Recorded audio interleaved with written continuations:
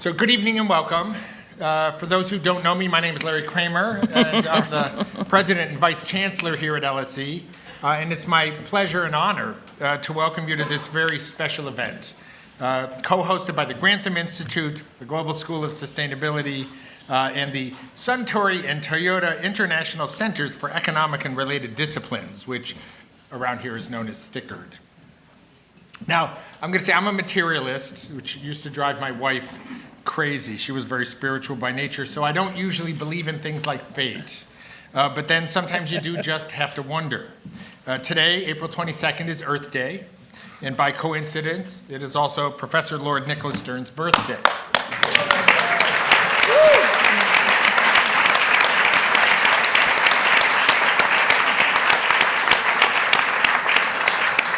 It is, in fact, his 80th birthday, which seems impossible and has me wondering whether Nick is, in fact, one of those immortal warriors competing for the prize in Highlander. Okay. Ooh, I would head there. That may be too obscure a reference for those who don't indulge in cheesy sci-fi as I do.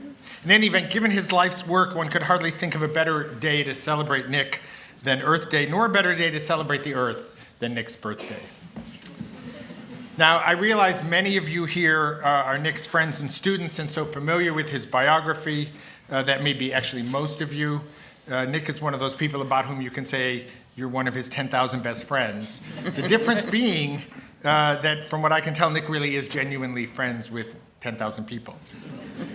On top of that, the panel, as you see, it's about as star-studded a panel as one can create, which means quite reasonably, so I'm not at all insulted that none of you is here to listen to me. On top of which, I should say one of Nick's birthday wishes was that we not make this whole event about him. And so despite all of that, I'm going to beg your indulgence to bear with me for a few minutes because I can't just say nothing.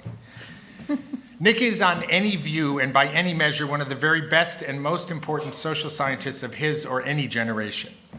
He is, of course, among the world's preeminent environmental economists, but that doesn't even approach the sum of his contributions to society or to his discipline. He is also literally, and in the best sense of the word, the Platonic ideal of a public intellectual who over the course of his long and exceptional career has been totally dedicated to putting great ideas into practice for the world's benefit.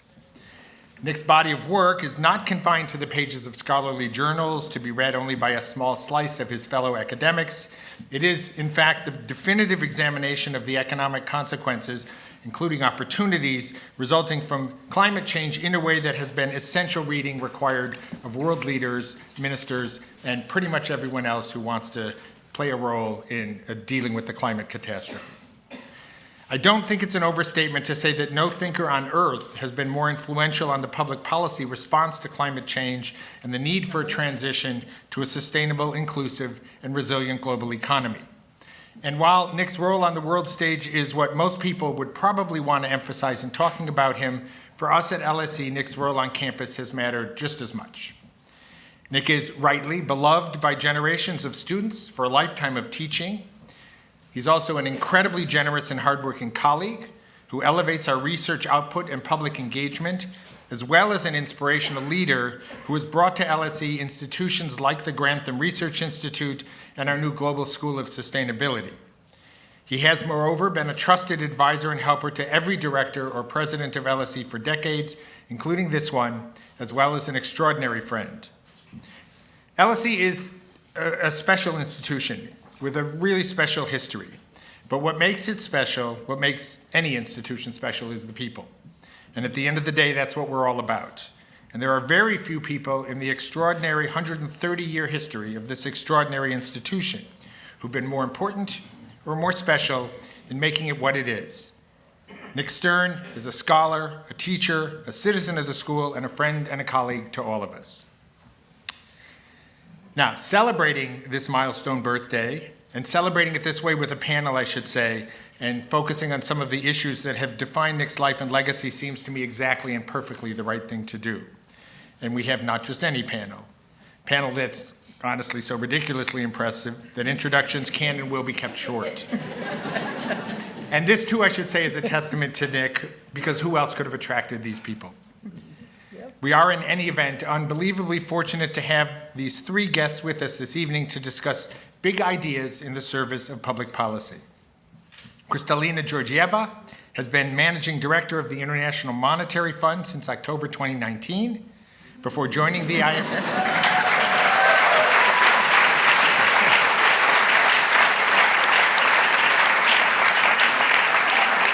You know, I was looking down, I thought that was for me. Before joining the IMF, she served as CEO of the World Bank, where she held the role of interim president. Previously, she helped shape the agenda of the European Union, first as Commissioner for International Cooperation, Humanitarian Aid and Crisis Response, and later as Vice President for Budget and Human Resources. During her academic career, she was a visiting fellow at LSE, which is close enough to make her an alum in my book.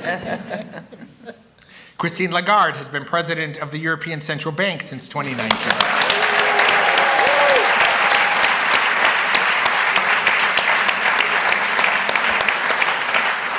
Yeah, I'm going to feel really bad if you do nothing for me. Between 2011 and 2019, she served as Kristalina's predecessor as managing director of the IMF. Prior to that, she served as France's Minister of Economic Affairs, Finance and Employment, as well as in various other ministerial roles. A lawyer by background, her career began there, and when she left legal practice to enter public service, she was chairman of the global firm Baker & McKenzie, which, for those who are in the know on law, was the world's first great global law firm. She also has an honorary doctorate from LSE, again, good enough to make her an alum. Good enough to make her an alum in my book, and of course, her greatest accolade. Ngozi Okonjo-Iweala has been Director General of the World Trade Organization since 2021.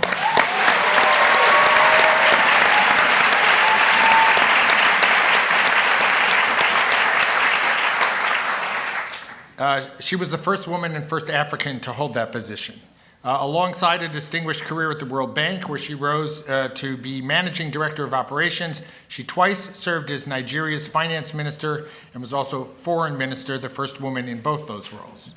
She too holds an honorary doctorate from LSE. We do try to get all the best people. So our program for the evening is pretty straightforward. We're going to begin with a conversation between me and the panelists, which is really me just asking them questions to get them to open up some of the issues. For further discussion, we'll do that for maybe 40 minutes or so, maybe a little longer, and then we'll open it up for questions from the audience, both here and online. And where is my online person? There you are, okay. A note for social media users, following the conversation, the hashtag for today's event is @LSE Events.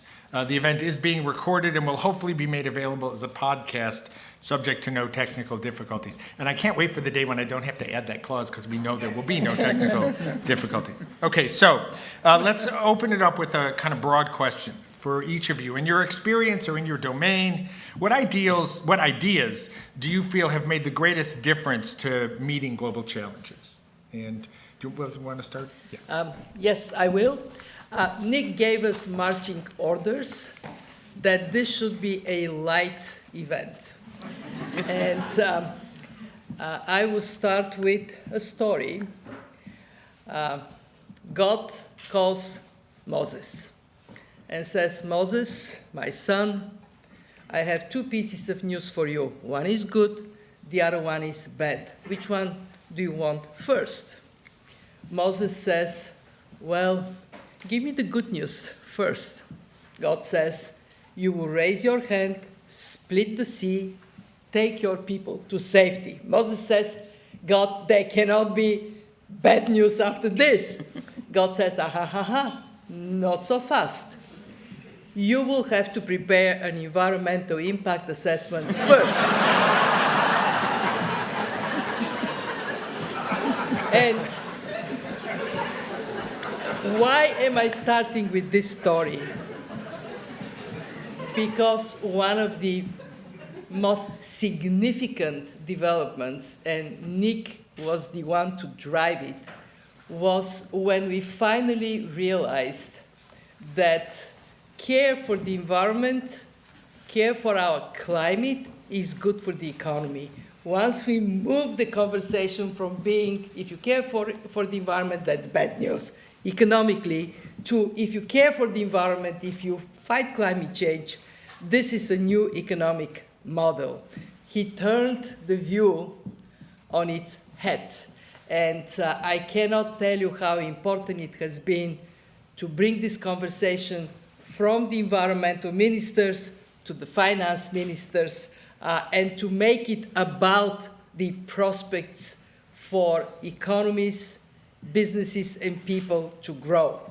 I think this idea is to be advanced further, Nick, but I wanted to start by recognizing this has been tremendously important. How many agree with that? How many of you agree with that? Hey! So, I also owe you, we were instructed to talk about ideas from our field of responsibility.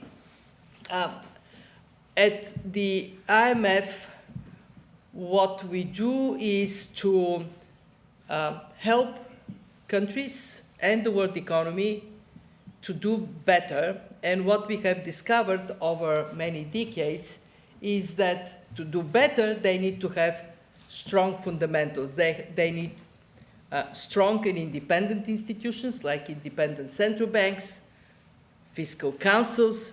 They have to have clarity of what their strategy is and then pursue it. And the idea I want to bring to your attention is that we are now in a world that has changed dramatically in one aspect.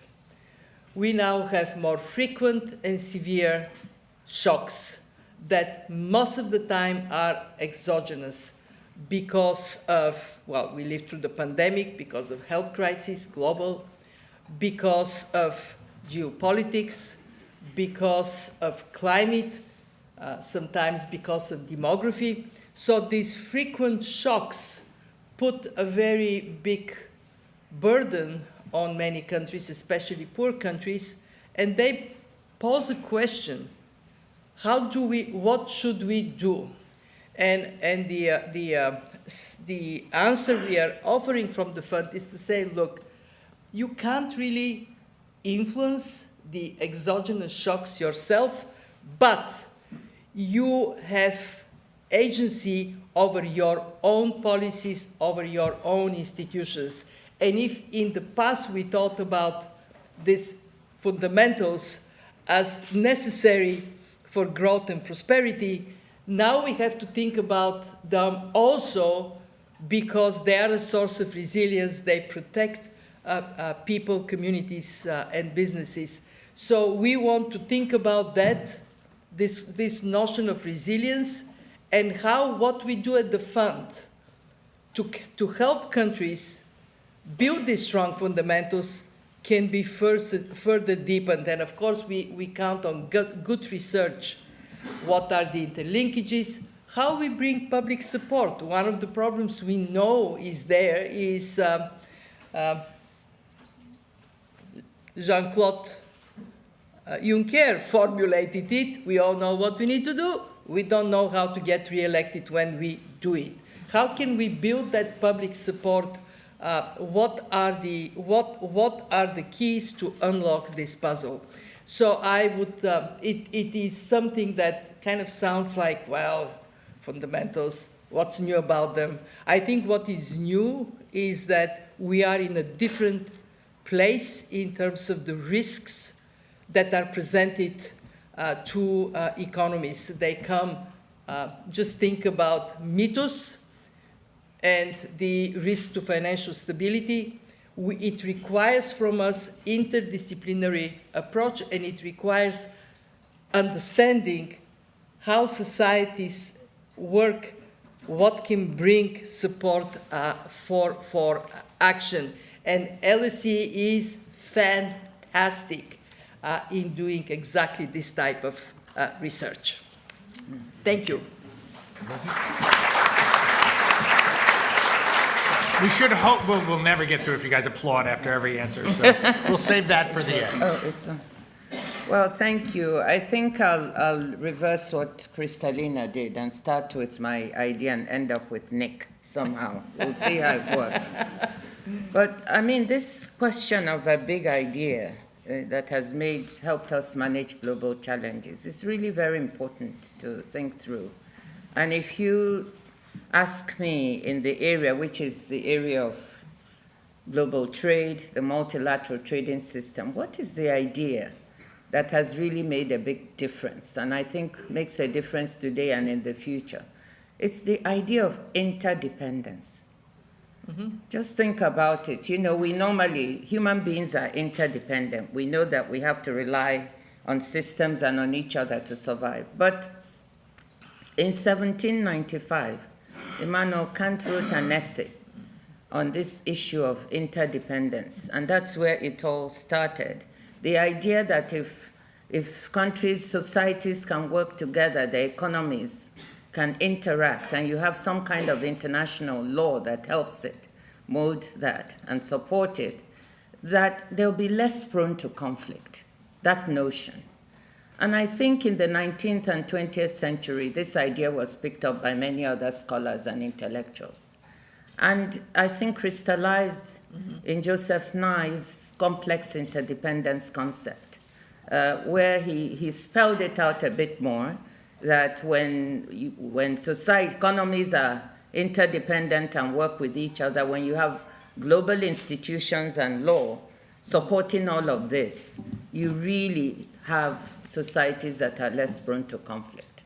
So this is a concept that I think underlies what we see has happened in the multilateral trading system and in global trade.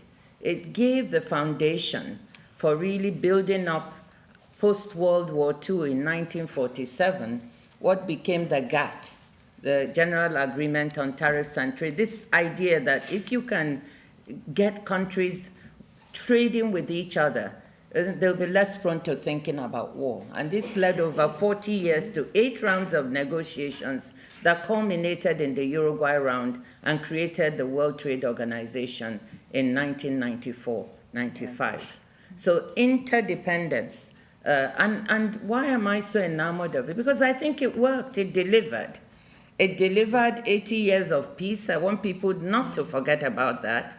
You know, yes, we had conflicts here and there, but we didn't have the kind of really major global war that we see today. It lifted 1.5 billion people out of poverty. It made the developed countries more developed and richer. Their consumers benefited from global supply chains that made consumer goods cheaper. And in developing countries, as I said, 1.5 billion were lifted out of poverty. Yes, not every part of the world benefited. You know, Africa didn't benefit as much as it should. Still 3% share of global trade. Even within rich countries, there were poor regions that didn't benefit as much. So I don't want to exaggerate, but this very notion of interdependence, helping us to manage economics, conflict, security, in so many ways, is something that I think is so essential. It works today. I think it will work in the future, maybe slightly differently, but it is a really big idea to me that I think we need to husband and think carefully about before we allow it to fly away from us. So that's that. Now, thinking about this interdependence and what it means for global trade and global economic interaction leads me to, you know, Nick's ideas. And, you know, Nick and I, first, you know, you came to Nigeria when I was Minister of Finance, and you helped me to talk to Cabinet about the need to do reforms. We had to do fundamental reforms. We were co-chairing the Global Commission on Economy and Climate for a number of years. But I think Nick's magic for me was liberating my mind from the thought that, you know, the climate, that there are these fundamental trade-offs between climate action and growth. The idea that you don't need to think about it in that way, and that you can have a new climate economy that really leads to a different kind of growth that generates millions and millions of jobs, and they are not in conflict, is very liberating, because it allows you to think of all areas of the economy and how they can work to contribute to growth, whilst at the same time fighting climate. And when I came, everybody was about trade is negative for climate change. But with this open mind, we could really think at the WTO of so many numerous ways in which trade can, does, and should be used to fight climate. Yes. So thank you. Yep. Welcome. Christine? you're doing it, every answer will deserve applause. So You have limited authority I eventually. know. Well, you get used to that. You don't want them to cheer us on? No, that's right. That's what he said. I want to save it all for a huge, tumultuous ending. Right. Okay. So, Ngozi, thank you, because you're giving me a chance to arbitrate between the trade-off that I couldn't actually arbitrate with. And you helped me bridge interdependence and independence. So, interdependence. If I look at the question that you had very nicely sent, the answer for me is obviously Europe. And when I look, think about it. I look at someone who is 80 years of age, who's been a luminary and who's been Magic Nick, as Ngozi rightly said. Europe has been an amazing catalyst for peace. If you look at the challenges, if you look at the conflicts and the global issues that we had to deal before that, it revolved massively around economic crisis, world wars, one, then two, then more economic crisis. And what actually helped change that in a continent that had been at each other's throat for centuries was actually Europe, which decided to put 11, then 15, then eventually 27 countries in interdependency. It might be laborious, might be difficult, it might be criticized, and my gosh, we've seen so much Europe bashing in the last few weeks. But it is just a magnificent construction to address the global challenges. So that was my gut feeling instinct, and my team said, no, the end of the question says that it's a new current field. So I come to independence. And clearly what has made central bankers' life much easier and their ability to deliver on their mission actually real has been independence. Because if I look back over the last 60, 70, 80 years since Nick was born, in the 80s and 90s, that's when the concept of central bank independence came about, after decades of very high inflation, when it was just assumed that fiscal and monetary could just come along and that the trade-off would always work out. Well, unfortunately, it was a mistake. It didn't work out.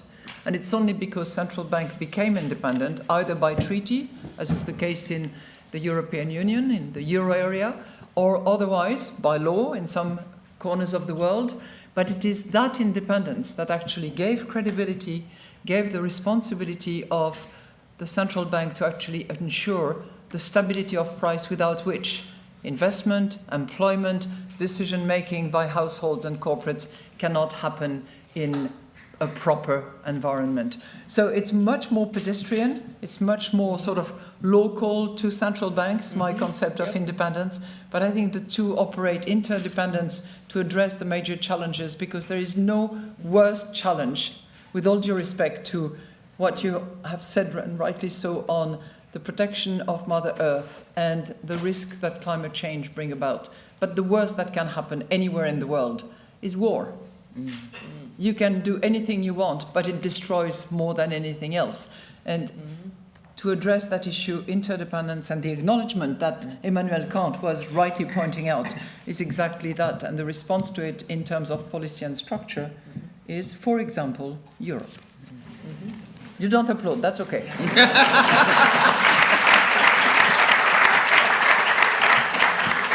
So those answers actually, I think, lead nicely into a different question, which is, obviously the world has never been a completely passive, settled, everybody getting along perfectly way. But the balance between interdependence and independence in terms of sovereignty has varied over time. Most of us grew up in a world you would have said was bipolar, although it doesn't quite work in this context. And then for a period of time, unipolar. And we're now looking at a world that at best is multipolar and seems to be much more fractious than anything we've seen since the pre-World War II era. So in the world that's emerging, what do you think is possible for the kinds of work that your institutions have been after for all this time? Well, the very first thing we need to do is to recognize what the world is and where it is heading. The worst thing we can do is to fall in a place of nostalgia for the unipolar world. I grew up on the other side of the Iron Curtain in Bulgaria, and during the Cold War, I can vouch it was really cold over there. And that came to an end, and there was a transformation, very positive, because that was the time when the term peace dividend became very prominent. We saw money going into education, healthcare, infrastructure, climate action because of the peace dividend. But then we moved into a place where we are today. Clearly, for many countries, the issue of national security has taken an upper hand. And everywhere I go, I listen to discussions around how can we lift up defense budgets. In parentheses, at the fund, we did a piece of very interesting research on what happens when countries have a defense boost. In about 3 years' time, what they would see is their budget deficit would go up by around 2+%, and their debt would go up by around 7%. So unless there is thinking in advance how to prevent these investments that, yes, they can have an effect on the economy. By the way, they are investments with much higher multiplier than investments in defense.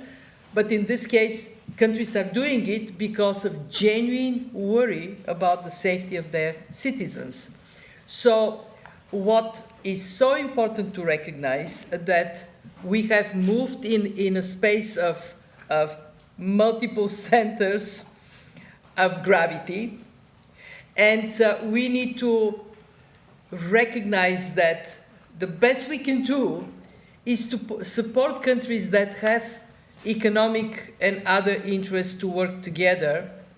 At the fund, we are supporting ASEAN, we are supporting the Gulf Cooperation Council, we are supporting countries in Africa to identify how they can compensate for the decline overall in global cooperation by building these linkages still within the framework of multilateralism. I want to tell you something that so much impressed me last week, boosted my optimism for the future of the world. We had our spring meetings. Spring meetings and annual meetings is when our members come together. At this time, we had a record attendance. So last time, when we had spring meetings, happened to be when trade tensions picked up. What was the impact? We had, at that time, record attendance vis-a-vis the past. This time, we beat this record not by a percentage or two, by 13% in terms of delegates coming. And the record of meetings that take place, bilateral, multilateral, plurilateral meetings, went up by 22%. What this tells me is that at the time of uncertainty, countries actually seek cooperation, and it is our duty, Ngozi's duty, my duty, to provide space when they would feel they can trust this space, that they would be fairly treated, where the engagement is going to be for their benefit. What is our duty? To give a sense as to, in this fog of uncertainty, where the world economy is going, and then help countries find a path that would be successful for them. So my answer to your question is that when we are able to answer this, when we are able to reflect on this for each and every one of our members, we have 191 countries. What is in for me? When I cooperate with others, how is this making lives of people in my country better? And the more we lean forward with answers to these questions, the more we create an environment, an inclusive, respectful environment, the better chance we have for interdependence to bring positive results. And let me tell you, I am, since I have lived through the collapse of the other system, change is unstoppable for good and for bad. So it is our job to minimize the costs on people and to maximize the benefits. Change makes impossible things possible. I graduated from Karl Marx University of the Economy, and today I run the IMF. I rest my case.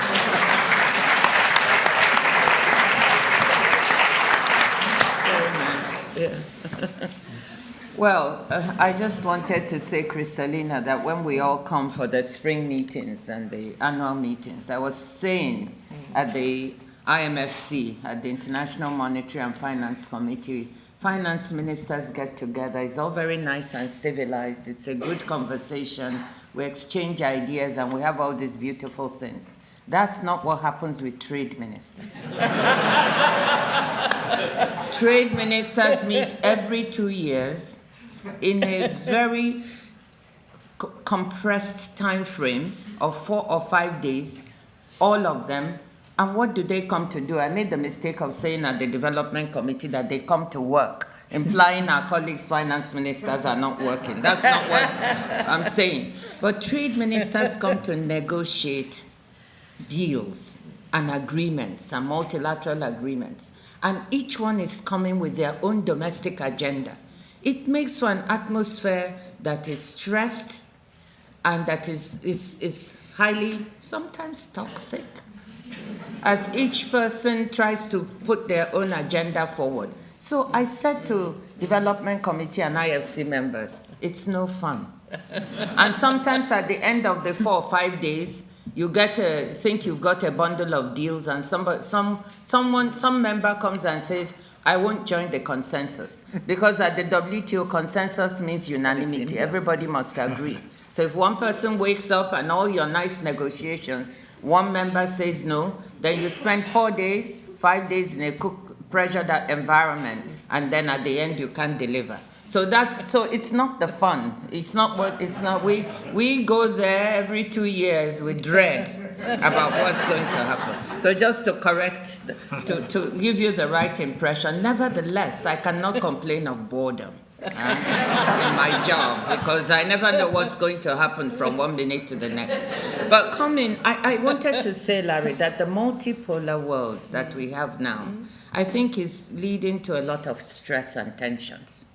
I think it's that multipolarity that is causing a lot of the tensions and conflict. Now, countries of the so-called global south contribute more than 56% of global GDP. Mm-hmm. Yep. Today, in 1995, South-South trade was 10% of global trade. Today, it's 25%, and it's growing. So all these, I'm speaking from the trade perspective. I think some of these things happening are leading to the types of tensions we see as the unipolar or bipolar world has to contend with what multipolarity means. Mm-hmm. Yeah. And so it's leading to tensions. If you couple that with the kind of changes we're seeing with technology and AI, we live in a world that is really, in a way, on the one hand, you could say it's exciting, but on the other hand, it's troubling and worrying and stressful. So when you put all that together, you have to ask whether our institutions are fit for purpose to handle such a world. And I'll just speak for mine. And I said it, I think, here when we had the session with Nick and Amartya Sen. I think the WTO is one of the most interesting institutions in the world because of what it's doing that no one knows about. I'll come back to that. But it's also, it needs to be made fit for purpose. I believe it really needs to change. That look, you can say multilateralism. Don't be defensive. I don't feel defensive about being criticized. I don't think we should be defensive when multilateralism is criticized, because we are not going to get away from needing it. What we should do is say, look, what's good about multilateralism that we need to preserve, and what do we need to change? And that's the way we approach at the WTO. What is it that needs to be preserved? Because there's a lot that is good that people don't know about. And I'll repeat my joke. The WTO and its rules are like the plumbing in your house. You don't notice or know what they're about until the pipe breaks and your precious Persian rugs are ruined. That's when you wake up and say, my plumbing really matters. The WTO holds the rules that your business is straight with every day without even you noticing. When you walk into a store and what you want is on the shelf, you don't think about it. How did it get here? How was it made? Why is it costing this much? How come the standard of the product is good and I can have some trust that when I consume it or wear it, I'll be okay? All those are rules held at the WTO that no one knows about. Okay, so it is so good that we have to preserve it. The WTO holds rules on intellectual property that generate more than $500 billion, $500 billion every year in payments for patents and so on, 144 billion of which goes to the US, a quarter to the EU, so the developed countries get most of it. But does anyone know this is even happening? No.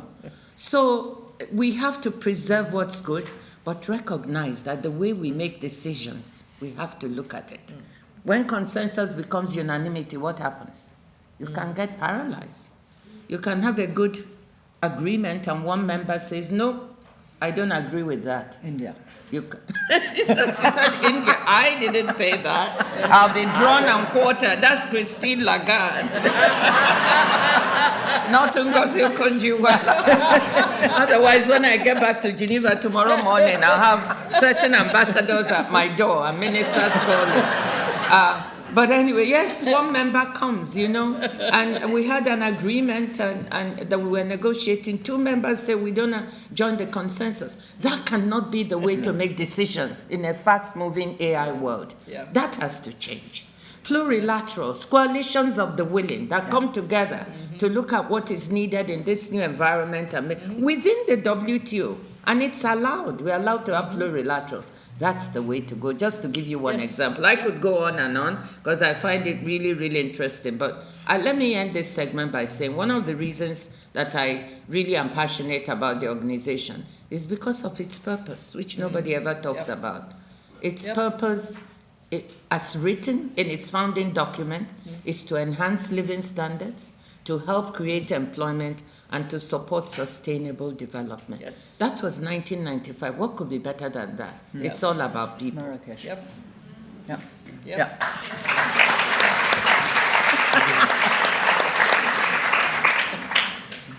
Yes. So I want you to know that these two ladies are telling the truth. Because I was finance minister and I was trade minister. And everything that they described is right. And the only reason I said India is because I have been there, I've seen it, and I know who is always objecting at the last hour. Actually, India was pretty good at MC14 at our ministerial. Miraculously. Okay, what I would like to say is we are living in times when long-standing institutions, such as the Bretton Woods institution, such as the successor of the GATT, the WTO, and a few other ones, are challenged. And where the membership of those institutions is questioning the purpose that they serve and is challenging the efficiency of the institutions. And I believe that we live in times where we all need courage, and the courage to stand for the principles that we hold high. We need communities of those who believe in the same purpose, and you've identified the mission of the WTO. It's clearly one that is in very high regard. And in those communities, we need leaders. And I would like to acknowledge you, Nick, as a leader in that community of those who, in their respective field, and it has been my case when I was at the IMF, it is my case at the ECB, who have recognized that climate change and nature protection are both critically important, both from a macro-critical point of view, macroeconomic point of view. But you, as a person, are a community leader. And it's with a lot of concern and a lot of affection that many of us are here with you. Because in times when those issues and those principles are undermined, challenged, and when the institutions that normally serve those purposes are shaken, it's really tremendously important that you continue to lead and to serve that community with the courage and the force that you've always demonstrated. And I say that with great affection and great respect and gratitude for what you have done and continue to do. So courage, community. The third C that I would mention is creativity, because the institutions that are represented here and others are reservoir of knowledge, of goodwill, of a sense of mission that should not be left to drift. I heard the word rupture. We heard the word, we're moving into a new paradigm. But this is all well and good for speech, and I tend to agree with that, although when I hear the word rupture, as a woman, I think of birth. And maybe that's what we should be doing, helping with the birth of these institutions, except rejuvenated, with different voting system, with different principles, with better quotas, better aligned with what the world has become, far more representation of emerging market economies. This needs to be done, and it will only be done with the creativity of those like you, the students, have in mind the future and improving the way we work together and the world where we operate. But this is going to be badly needed, and I see a mission for the academic institutions to help those who work within these institutions and in a way are prisoners of the paradigm in which we have evolved. We need you. Courage, creativity, community. Thank you. Yep. Yes. So, Christine, let me stay with you for a moment and maybe push on that a little more. So, what, in a sense, the last answers are all about, we have these challenges to advance growth, to advance development, to deal with climate change. So across a whole lot of different dimensions, what can universities offer? They can offer bridges, they can offer open door, they can offer open knowledge.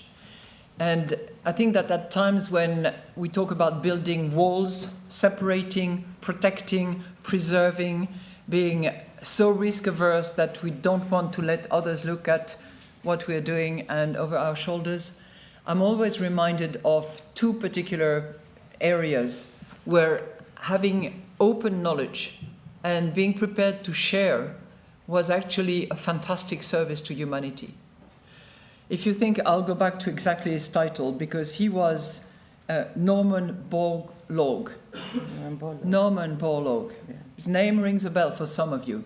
He was awarded the Nobel Prize in 1970 because what he did with what he called the Green Revolution is he prevented the famine and possibly the death of 1 billion people. Now, how did he do that? He wasn't actually trying to save 1 billion people. He was studying and had a PhD in plant pathology. That's what I didn't want to miss. Plant pathology. And he was studying at University of Minnesota. Wheat rust. But the work that he was doing, because it was open knowledge, because others could participate in and could help along, and because he pursued the adventure, that led him to figuring out how agriculture could be transformed in such a way that it would feed the 1 billion people that were at risk of famine. That's one. The second one is a fascinating one. It started with Monod and his friend Jacob. There were two scientists, and they got the Nobel Prize as well. But they were the one who started the mRNA work. That was followed, because it was open science, because it was available, it was followed by further researchers that went a little bit further in the use of mRNA research to focus on how you can cure cancer. Now, many of you remember COVID. Many of you remember how long it took to produce a vaccine. In the past, minimum 4 years. COVID, 1 year. Why was that?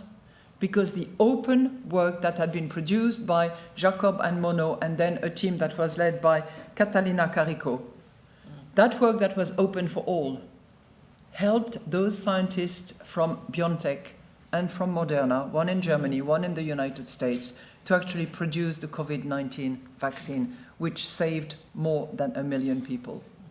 So what universities can do is continue to do research in sometimes unpredictable directions, in areas that you don't suspect will be transformational, but make it as open as possible and be as welcoming to new ideas as you can. I know that there are many talents and scientists and professors that are coming over to Europe at the moment. We should welcome them. We should not build bridges. We should not be restrictive. We should be open arms, and with the result of the research that we produce and that they produce, lead to the derivatives of that work. You know, if you ask CERN, for instance, which is a fantastic, not university, but a research institute, you know, some of the very obscure work that they did eventually produced the GPS. If you look at Minitel, fantastic French invention, but the French were so protective. France Telecom kept it to itself, built walls around it, and it never became the internet that it should have become. So that's what I hope universities can produce, the research in unpredictable areas that can turn into fantastic outcome for security and for development. Yep. I'll just say, from your mouth to the UK government's ears. Let me ask you guys a slightly different question. Do you want to answer that? Yeah, just please. from my viewpoint, for the trade area, I really think that it's important. The academic community needs to produce facts and transparency.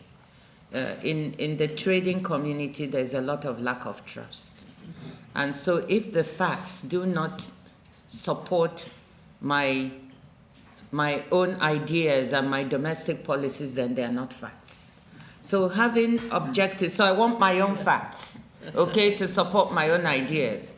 And if you produce objective information, let's say that we do, it's not taken as seriously as we would like. But having universities do this work, you know, as independent, neutral parties, I think is very, very helpful in trying to bring transparency and independent, independent observations on what's happening in that area. So I just wanted to say that work. And innovation in thinking. Can you think of the areas where reforms are needed, and what ideas, how would you suggest to us we move in those directions? So I think those are some of the things. And then lastly, I'd like to see more academics, at least in our area, cycle between real life, meaning maybe spend some time in these institutions, and academia.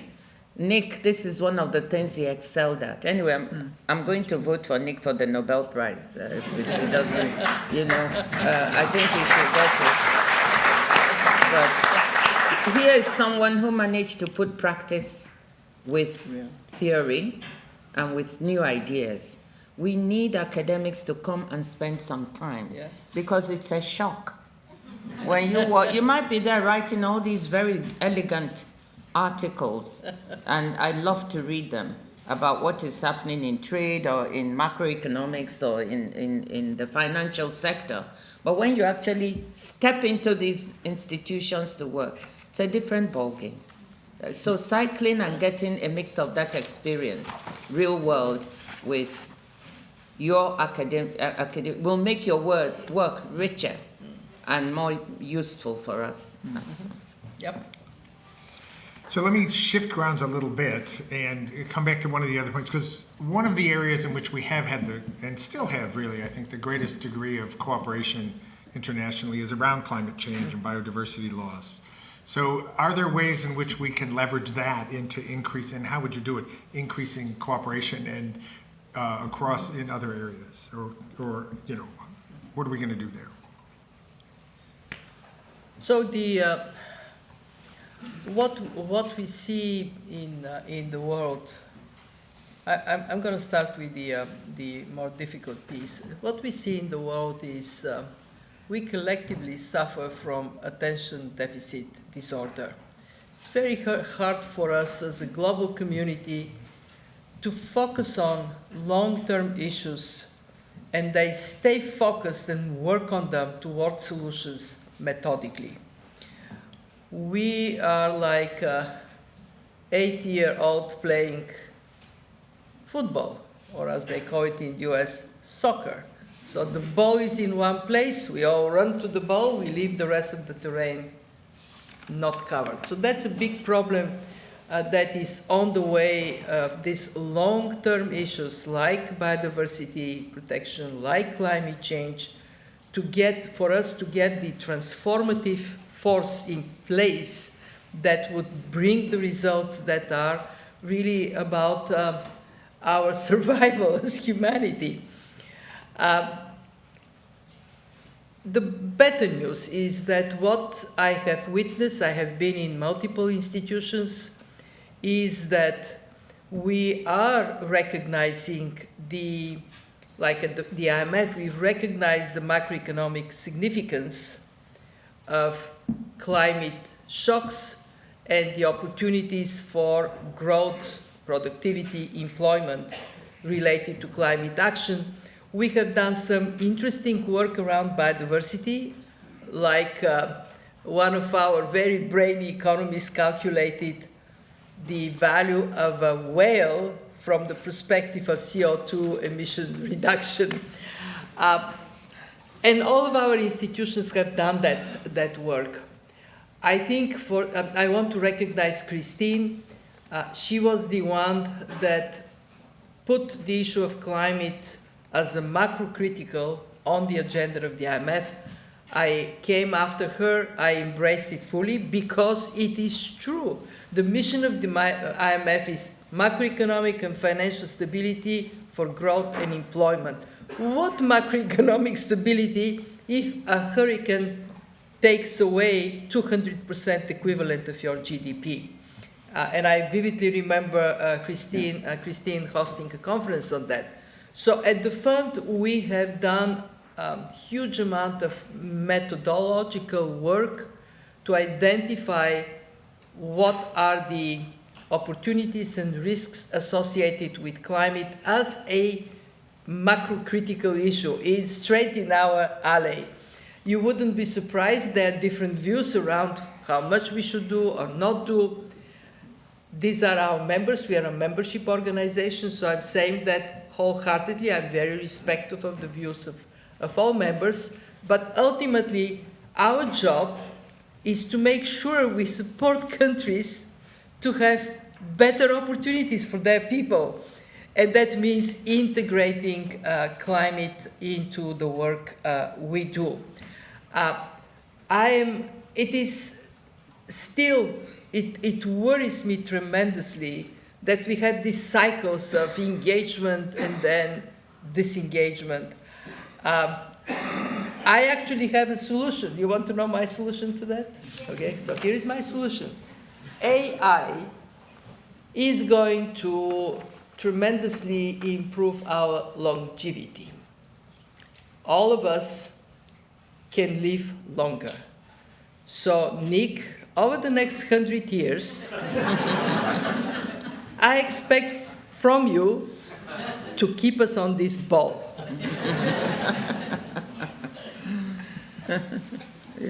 Okay. Problem solved. Actually, I want to do one straight up Nick question. So, since this is in his honor,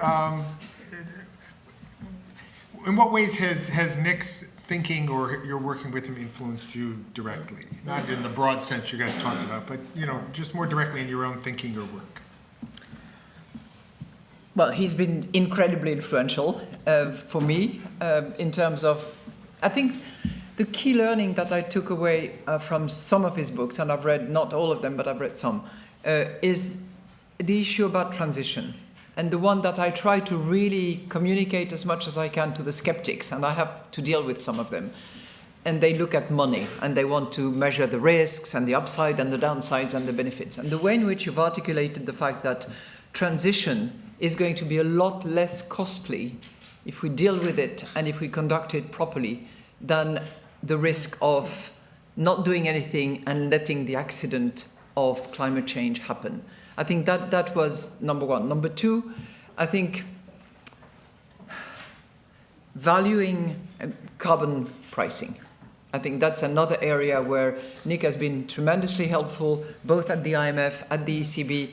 I've invited you, Nick, on several occasions in both the institutions, and each and every time, decent people with not too much skepticism or a priori listen to Nick, they turned on, they understand, they get it, and it changes and moves the needle significantly. So that to me has been, I think the two British gentlemen who have been critically important for me in that respect are Nick and Sir David Attenborough. The two of them, I would put you up there on a pedestal. Yeah. Well, I'll build on what Christine said. I mean, the whole issue of the cost of inaction. Yes. That Nick, the whole notion from the Stern Review that really made people think differently, has spurred lots of other work following that also talk about the cost of inaction. In the Water Commission that I also co-chaired with Taman, we came from that basis of what is the cost of inaction. And it is far more costly, it's far less costly to act now. So that whole thing, so that really, it's so elegant. It's so simple, so elegant and so powerful. I think that with the idea of not necessarily approaching, everything in economics as a trade-off, one against the other, but the possibility that you could spur growth through climate action. And you could create all these jobs, as I said at the beginning, and you don't have to spend your time wasting thoughts about what is the trade-off, but really, how can this body of action on climate generate new growth and new jobs? I think that really opened my mind in a way that that has enabled me to think more freely in so many other areas, including in trade, okay? And to think creatively. So if you want to ask me what Nick did, it is just those two interlinked concepts have been very powerful to me in my own thinking and my own work. So that's what I'd like to say. So thank you, Nick. I totally agree. These are, the looking at cost of action against cost of inaction, and then recognizing that, oops, cost of inaction is higher. But one thing I want to say is that Nick has this ability to make it ultimately about people. Because if it is some abstract concept about the economy and you don't take it down to what does it mean for the lives of people, then it's kind of harder to embrace it. For me personally, what was very helpful when in the beginning of you turning the equation, people were still quite skeptical, is to say, our World Bank former chief economist said that, which of course on the two sides of the 19th Street, World Bank, IMF, carried a lot of water. So thank you, Mr. Former World Bank chief economist. I'm sure Nick is terribly embarrassed by all this. Look, when do we have the privilege to sit in front of him and kind of tell him and a handful of his close friends and everybody? So, do you have students in the audience? Yes, yeah, of course. there are many. You guys are so lucky. Last question, and then we'll go to the audience, and I want to wrap it around what a lot of the comments have been. So historically, there is a world order no matter what. It can be chaotic, it can be nothing. Yep. In the 20th century, we built a set of institutions, in particular post-World War II, to manage the global order and relations among countries, which was necessary because we're so much more intertwined than we used to be. And arguably, they are coming apart. or at least losing their efficacy. This was the Mark Carney's speech at Davos, the use of the word, it was a kind of emperor's new clothes moment. I think that for a lot of people captured something that we realized. So my question for each of you, given particularly your roles currently and in the past in institutions, is what do we do? Are these institutions reparable to restore? If not, how do we need to change them? It's easy to say they need to be made fit for purpose, but how do we do that? Do we need new institutions? How would we do that? Just what are your reflections on really reconstructing a global order that will work in the world that we're heading into? I mean, clearly, if you are in a world of multiple centers of relevance and influence, then what we currently have will change. It is already changing. We have seen the emergence of many regional institutions, and it is a reflection of that change in the world. And then the question is, the institutions we currently have, are they relevant? And how do we know whether they're relevant? So I speak about the fund. I measure relevance with numbers. Are we shrinking in numbers of members or growing? And we are still growing. When I started, we were 189. We are now 191. Second, can we see that countries, by and large, take on board what we recommend? The answer is, by and large, yes. Not easy. There is always a temptation to go populist everywhere. I mean, I'll tell you one example of right now. Right now, we have a negative supply shock. I'm assuming this is mostly audience of economists. When you have negative supply shock, the worst thing you can do is to balloon demand. And yet we see here in Europe, not in the United Kingdom, by the way. The UK is doing better than overall continental Europe. We see untargeted...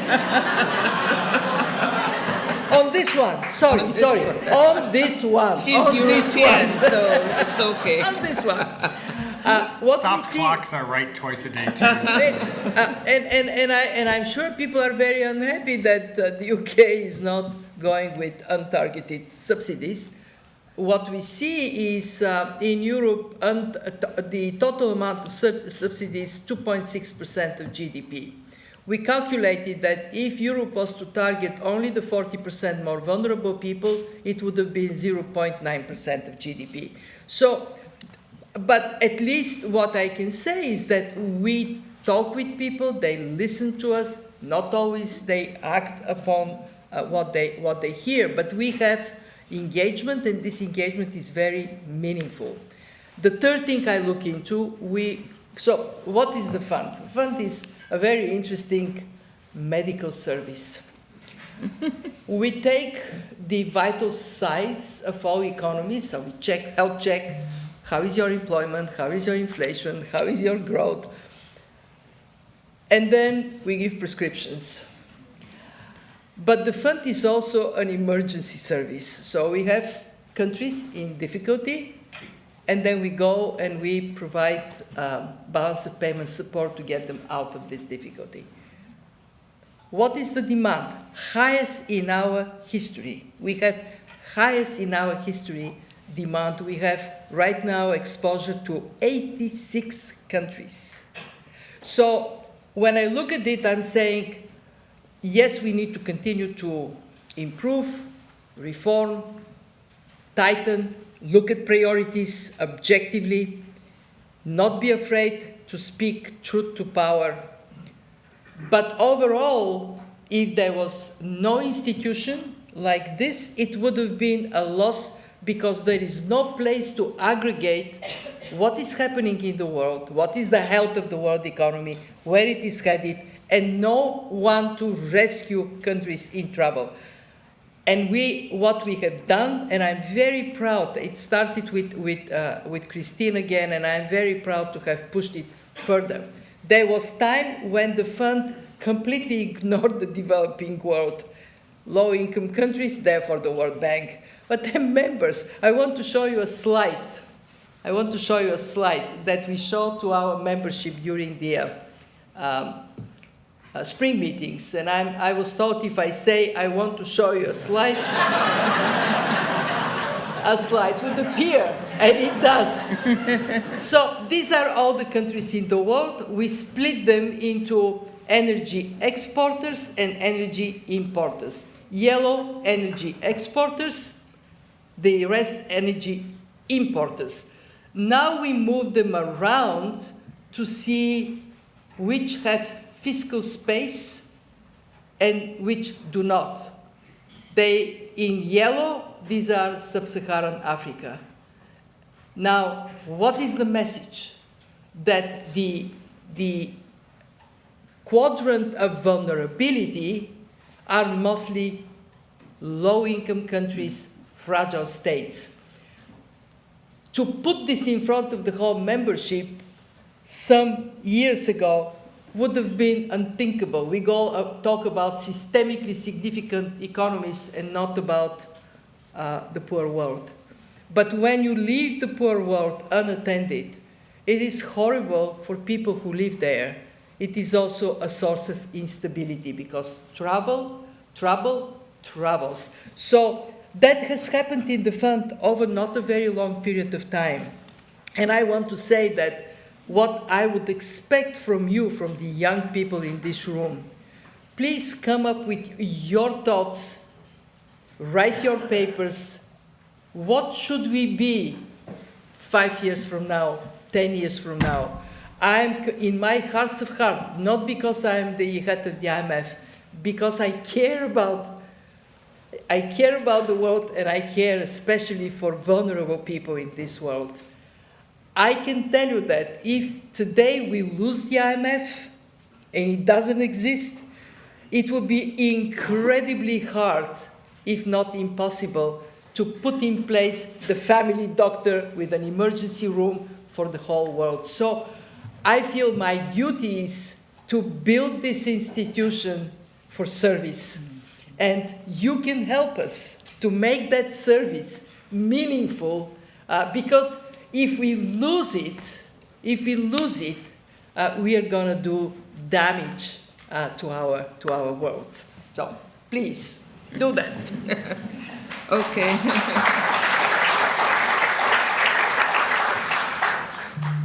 Larry, I wanted to question a little bit the premise of your comment, which I'm not sure I completely agree with. The one that started by saying that I don't feel defensive at all about criticism of multilateral institutions, or my own in particular. But, you know, the idea that the institutions are broken and you need to create new ones or, you know, do something, I want to quarrel with that a little bit. I think, and I'll speak on the trade side. For trade, this is the worst disruption of the global trading system and its rules in 80 years. There's absolutely no doubt about that. So, but I think we need to say, in the midst of these disruptions, what has really happened?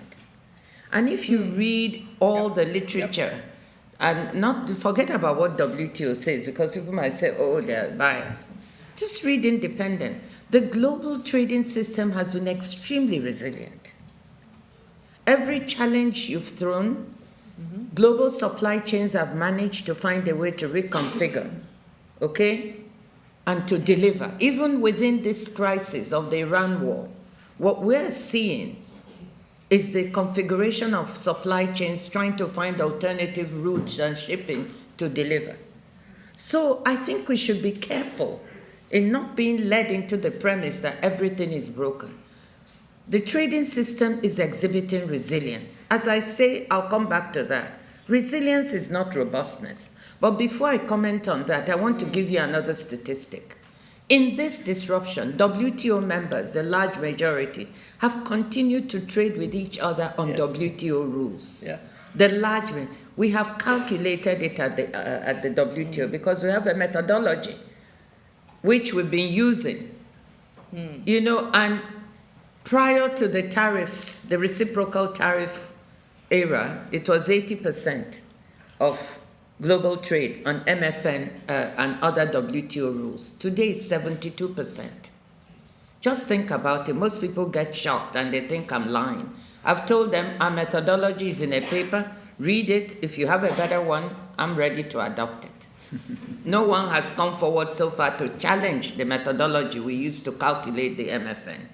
So when you say it's broken, let's be careful. 72% of world's goods trade still goes on WTO terms. It went slightly up to 76% when AIPA was, the AIPA ruling came. It's come back down again with the section. Sorry to be so jargony, but I think you know what I mean. The new section 301s and 122s.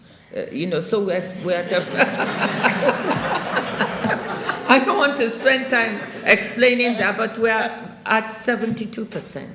So that's why I'm challenging the premise to say, let's be careful. The system is disrupted, but is it broken? What we need to ask ourselves is, one, what led to the disruptions in the first place? In my case, in trade. The disruptions happened because certain members felt that the system was no longer working as well for them, the US, and they have a point. Some of their criticisms are valid. Developing countries feel the system isn't integrating them as much as they would wish, and they have a point. Some of the criticisms are valid. Emerging markets. So WTO members have been leveling criticisms. And then it came to a point when maybe one or two of them felt we no longer can go along with this, and the big disruption came. But still, the bulk of them have not gone for tit for tat like in the 1930s when we had the Smoot-Hawley Act. They've been trading with each other.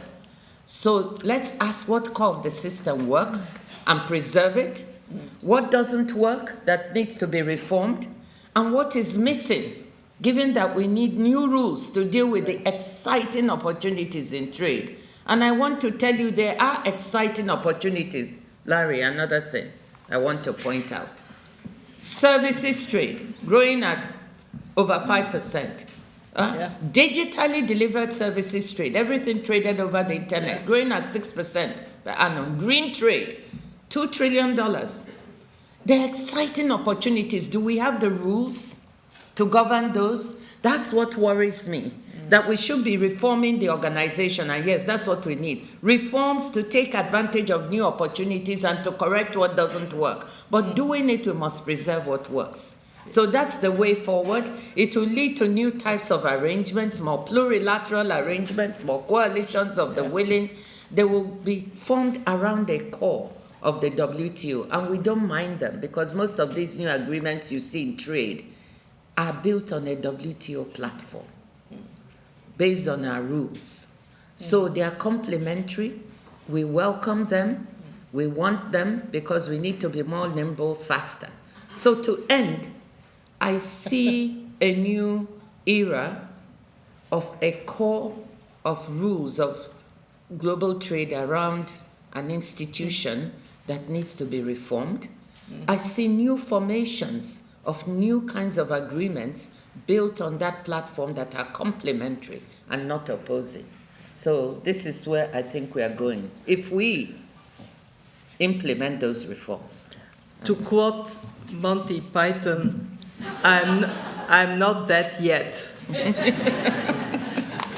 Okay, so I agree with many of the things that you just said, Ngozi, in terms of what will happen next. But it's a fact, and I agree with Kristalina that the first thing we have to do is acknowledge what we have and not have the nostalgia of the past. I think that's a very good premise.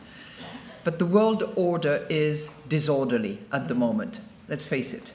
And as a result of that, because it was based on, maybe it was fails ideas. That's the point that Mark Carney made in his speech. We had the sign outside in the windows, and we knew it wasn't right, but we had it anyway, and he decided to take down the sign. What I think will happen is, as you said, there will be a need for new forum, because it cannot be the case that certain topics are off the table because they should not be discussed in the presence of some of the membership. So there will be new forum, there will be coalition of the willings, there will be discussions that will be had amongst those who want to pursue those topics. You know, the United States for the second time has left the Paris Agreement. We need to face the reality and be prepared to talk about those issues in different forum if necessary, and when the time comes to reassemble, and maybe that will be based on the common principles that you were referring to. Point number one. Point number two, I think that the current situation has led to an acceleration of history. If I look at, Europe, and I would include for that purpose the UK, and I know that it's not part of the European community, but it's Europe as well. We have accelerated the signature, the negotiations of so many agreements. I mean, Mercosur, which is going to enter into effect on May the 1st, the agreement that had been under negotiations with our good friends India is now completed. Yeah. Europe, India is a fact. Australia, Indonesia. This would not have happened had we not had the current situation. So it has been an accelerator of multiple trade relationships. Are we at risk of having a big fat spaghetti ball? Maybe, but we can make sense of that cuisine quite well at some stage. With Nigerian sauce. With Nigerian sauce. And I have one more point that I would like to make. I think that if policymakers, if governments do not move in that direction, the corporate sector will. You talked about artificial intelligence, Kristalina, and you are right.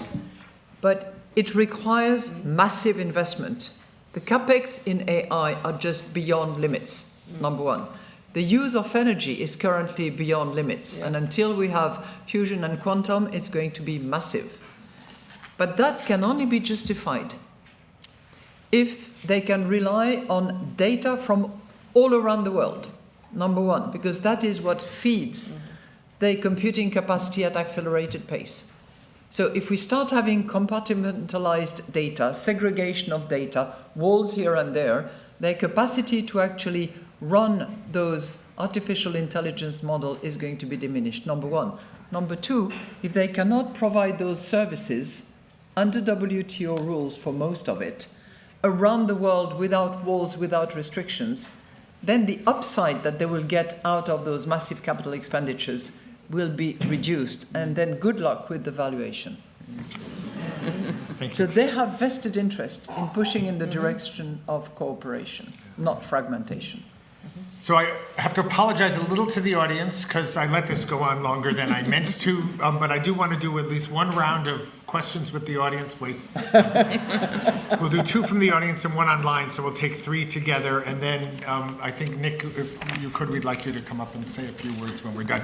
So I'm going to ask the indulgence of all you, we're supposed to end at 8, to stay a little longer while we do this, okay? Okay, so we'll do one question just right behind you. And hold that there. And one question, okay, over there. And then when one, Danny, I'll come to you after we get the first two for online. Okay, go ahead. First of all, thank you for taking the time to speaking to all of us today. I know it means a lot to everyone here. My question relates to an issue that we're seeing a lot across many countries today, which is the increase in wealth inequality. We've seen throughout history how when these issues are kind of kicked down the road and inequality has just led to be increased and increased, eventually it reaches a boiling point where things happen. We've also seen how when measures taken to address that have been too extreme, which hinders innovation and also leads to economic stagnation, which is bad for everyone involved. So I guess my question relates to how do we address this growing problem in our society, which causes social tension and resentment in many parts of the population without hindering innovation and continuing economic growth? Great, thank you. Great question. Wherever that was. Oh, you didn't give the microphone to somebody. Well, I suppose so. Hi, I am Pierre Keladi. I'm a master student in public administration at LSE, and I come from France. You mentioned very well that Europe, interdependency and investment, but what do you think about the idea to open an European sovereign wealth fund to finance and to share the value about climate, AI, and to be faced about geoeconomical fragmentations today, as, for example, Sam Altman mentioned it some weeks ago in a paper, and also maybe next generation EU or a common budget could be helpful, or maybe a common debt. Thank you. Okay. And if you could bring, you don't have a mic, right? If you could bring the mic down, we'll get one online question. This is from Lucas Bendersky, who is apparently a very clever Year 12 student. How do we ensure the realization of multilateral objectives concerning trade and other financial institutions, given political leaders' constant pursuit of a unilateral agenda? How do you square? Can you repeat your question? Yeah. We didn't get How do you square the multilateral agenda and developing multilateral objectives when political leaders have incentives to do things unilaterally? Okay, and anyone can answer any of those? Just throw that open to you guys. I'll take the French one. Go ahead, do it. Well, thank you so much. Merci for the question.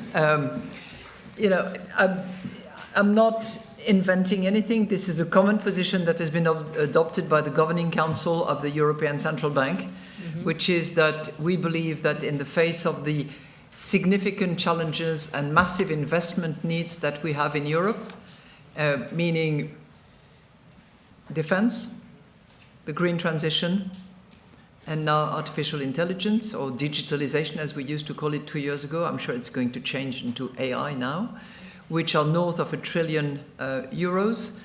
There has to be a common endeavor, and whether it takes the form of a fiscal common situation, which is currently under debate, but I don't think it's going in that direction well enough, or whether we go towards the creation of European safe assets, which would be considered on a par with the treasury bonds of the United States, is the direction that will be necessary in order to finance this. Second component, which I think is also a necessary condition, it's the creation of a capital market that is one single market with one single supervision institution that provides a completely coordinated and unified system throughout Europe, so that instead of exporting annually 300 billion euros to the rest of the world from the massive savings that we have, we actually invest the savings at home, and we encourage innovation, venture capital, and we keep the ideas at home in order to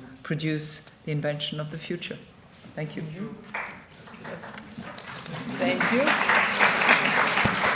Well, maybe I'll tackle the one about multilateralism and unilateralism and trade, although I wanted to say a quick word on inequality, but maybe later.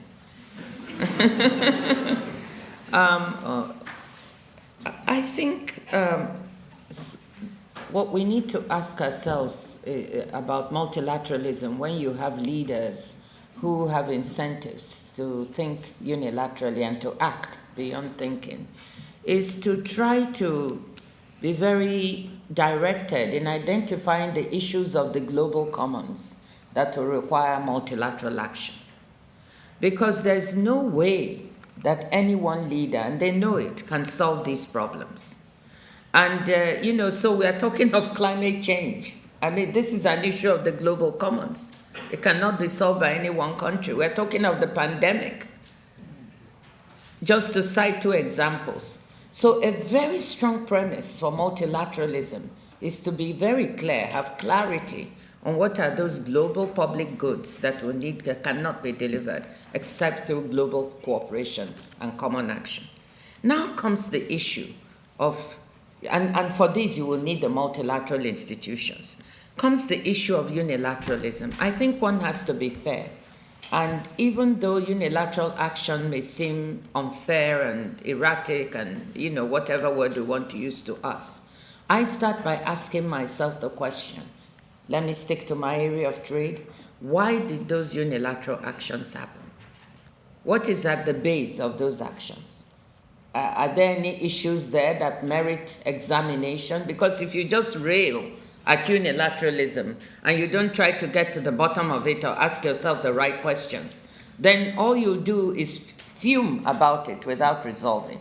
So I think to deal with that, we've asked ourselves, what are those issues in trade that have led to this unilateralism? And like I said earlier, there are genuine questions on the trade front about, how trade rules are no longer, some of them, not all, are no longer fit for purpose and need to be upgraded to fit the issues that we see today, to fit, as I said, the 21st centuries. You need to ask yourself, are these rules, have they allowed fairness, transparency, competition, a level playing field in trade, or have they slipped? And if the answer is yes, then you need to act on that in order not to give the unilateralists a chance to cite that as the problem. So that's where I'm coming from. I think there's a solution in trying to look at these issues, reforming the organizations to tackle those issues and saying, well, hello, here we are. And maybe not all of them can be tackled by the multilateral institutions. Some may have to be tackled elsewhere. But at least those we can take care of, we take care of it. And then we don't have these excuses that we are going unilateral because your multilateral organizational rules are not serving the purpose. So that's my answer. And on inequality, I think, Kristalina, you will answer, I think.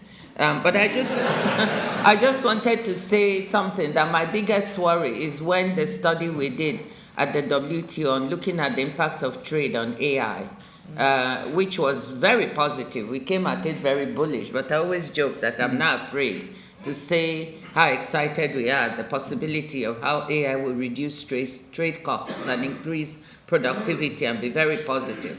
But we also found that this will only happen with, equal adoption of this AI. And if and if we slip behind in that equal adoption, it will worsen inequality, okay, and not make it better. And that's what worries me, because I feel indeed the developing world will slip behind and global inequality will worsen, and maybe inequality within countries as well. Yeah. I'll leave it there. Yeah. So the problem of inequality has been with humanity forever. And the question is where we are headed. And we are not headed in the right direction. What we are seeing is inequality growing. You can measure it in different ways, but by and large, the trajectory is upward. And then we ask, what is the cost on society? There is cost, not only in terms of social cohesion, but in terms of people pursuing opportunities and contributing to their fullest potential. Why is inequality growing? It is growing for a good reason and for a bad reason. The good reason is that demonstrably there are countries where the productivity growth is quite high. I think of the largest economy. And this productivity growth comes from giving space for private initiative and having less of instruments to bring that sense of more fairness in society. And it is growing for a very bad reason, and it is that we are observing from the fund race for the bottom. Countries striving to offer the lowest possible tax to companies to come there, both for foreign investments and domestic investments. There was a process to bring tax harmonization and come up with a minimum 15% corporate tax. It is now stalling. I was in the Philippines recently. I look at the tax to GDP in the Philippines.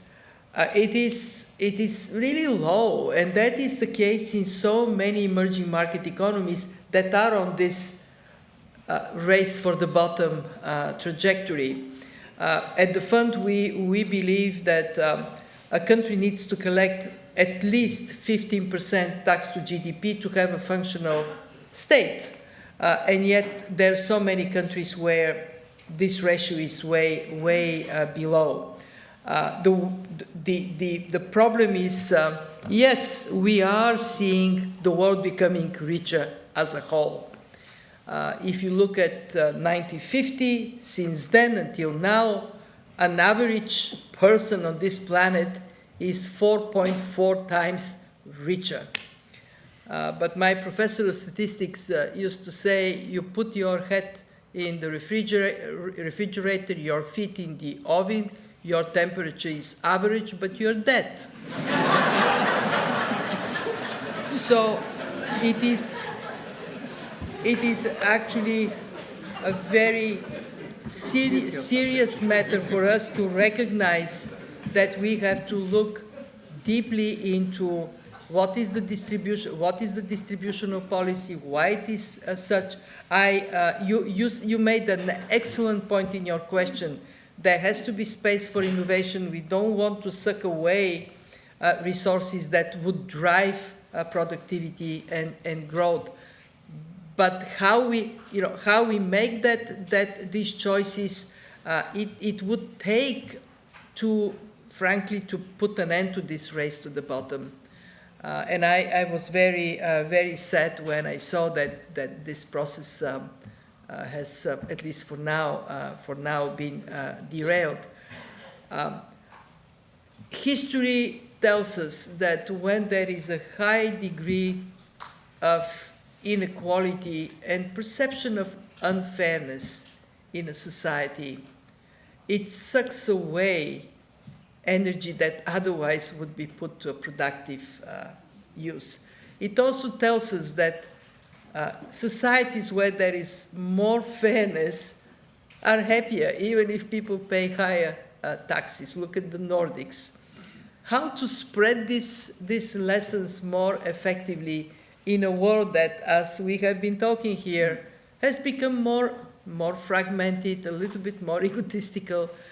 This is a very tall order, and I would think we have all responsibilities. We were talking about the role of universities. The more you can keep that issue on the policy research agenda and help countries and institutions like ours to build on that, the better. I see that the mic moved to Nick.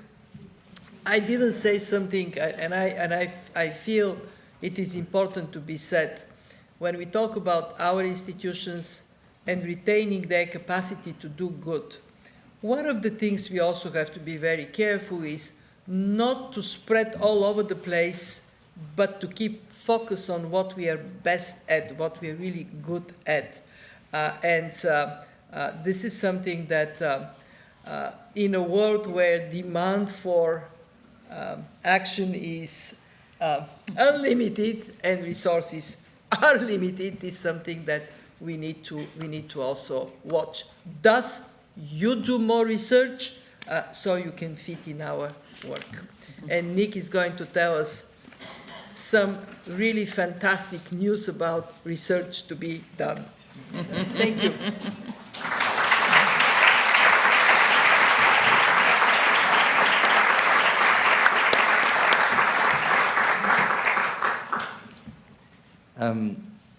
I'm a bit overawed by the whole occasion, but also deeply moved and appreciative of the extraordinary leaders we have on the platform today.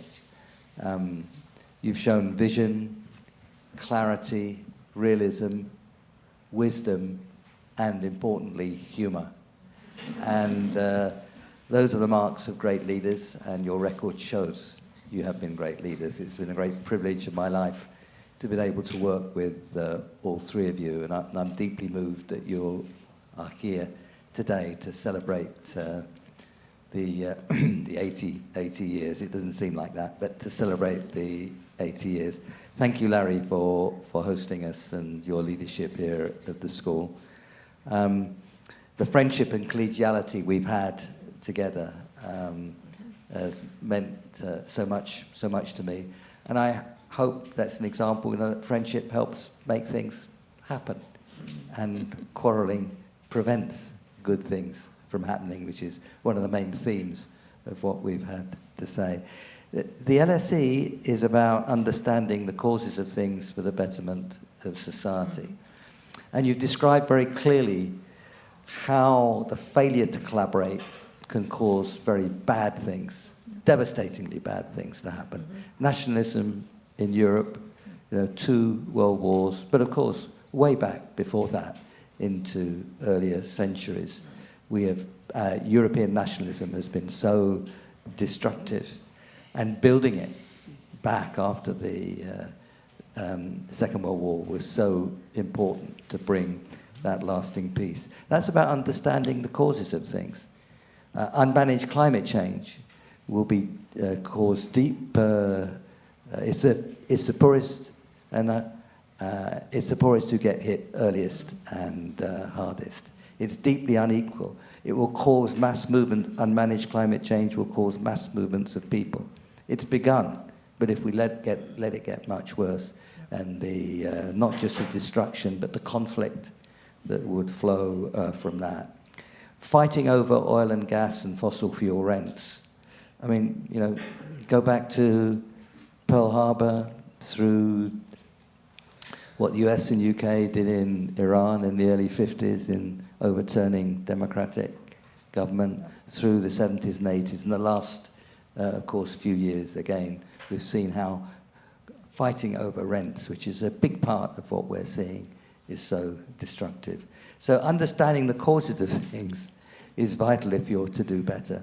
And I wanted to follow what Christine said about great ideas. You gave examples, and the Norman Borlaug one was very close to my heart because I worked on the Green Revolution in India in the 70s. But if you think of the great ideas from social scientists now, Beveridge, one of Larry's predecessors here at the LSE, Keynes, Yes. those ideas changed the world, and they made, not simply pointed out how to avoid bad things, but how to create good things. I think Amartya Sen's work on famine and how openness and democracy and can fight famine by fighting the causes of famine, which he identified, of course, as on the demand side and the ability to buy food and access food. Those were changing. Marshall and Pigou helped us understand how markets fail all those years ago, more than 100 years ago. James Mead, one of my great gurus as a young person, was very clear and strong on trade, but also how trade can go wrong and how trade can be managed, not as a universal panacea. Those are all great ideas. Schumpeterian investment and so on. Those are ideas about how things can happen, how things can change for the better, all in the social sciences. I mentioned mostly economists, but if you think, you raised Immanuel Kant, Ngozi. I mean, the categorical imperative is to behave as we wish all others to behave. Isn't that powerful in this context on climate? It's a notion of duty. I mean, and of course the rights to development are violated if we neglect to manage climate change. The moral philosophy is very powerful. If we lost Jürgen Habermas, a couple of months ago, his idea about democracy being open, informed discussion in the public square, that couldn't be more relevant now. So I've mentioned economics, philosophy, politics. That's what we do here at the, or we try to do. We do at the LSE. So all that flows into collaboration, and it's late in the day, and I mustn't go on too long. But the why and how to collaborate, we have to take those ideas out. We have to take them out philosophically. In the case, I've already given some examples. But they're deeply practical ideas and show how it's done and how it can be done in a context of what is disruption and difficulty. But that is the moment to stand up for those ideas with their philosophical underpinning, but also the deeply practical benefits that flow from getting it right. As they say in India, it's been a big part of my life, it is our duty to do that. It's our duty as university researchers, teachers and colleagues to do that. And I think the payoff to standing up now, alongside the duty to stand up now, would be enormous. And I wanted to say one thing about universities that we haven't discussed, which is especially true of the LSE. It's a place where young people from across the world get together. Yeah. You know, where Indians and Pakistanis get together, people, you know, from Iran and from other places, where we talk to each other. And we still love our American friends, although we have, you know, some difficulties, some of us, with the current government. But this is the time. This is the time that we can talk. And as I'm the son of a refugee from Hitler's Germany. As a result, I hold a German passport as well as a British passport. And I'm very proud of that bridges. But that's my example of bridging. The bridging that takes place here at LSE is remarkable. And that's why it's so important for our young people to move around in the world, to study in different places and be with each other. And not only develop the ideas, but they have friends and colleagues who develop those ideas with them, and they share that forever. So thank you so much, Christine and Ngozi and Kristalina. It means so much to me that you're here, and it means so much, I think, to all of us in the world that you're doing what you're doing. Thank you.